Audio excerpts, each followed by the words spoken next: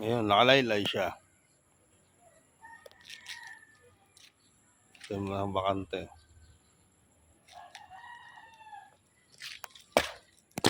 Dami lamok.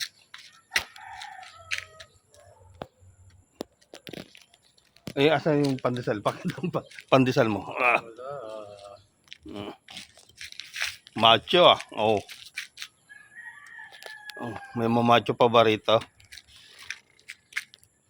Pare ko eh. Shout out kuya. Kuya, wala yan. Si kuya mo, puro taba. Baka sa inyo yung duhat ng taas oh. Kuya, puro motor eh. Puro motor, bentaw si motor. Ngayon, nagpaplano na naman kumuha ng click. Ito yung mangga. Dami na ito oh. Oh.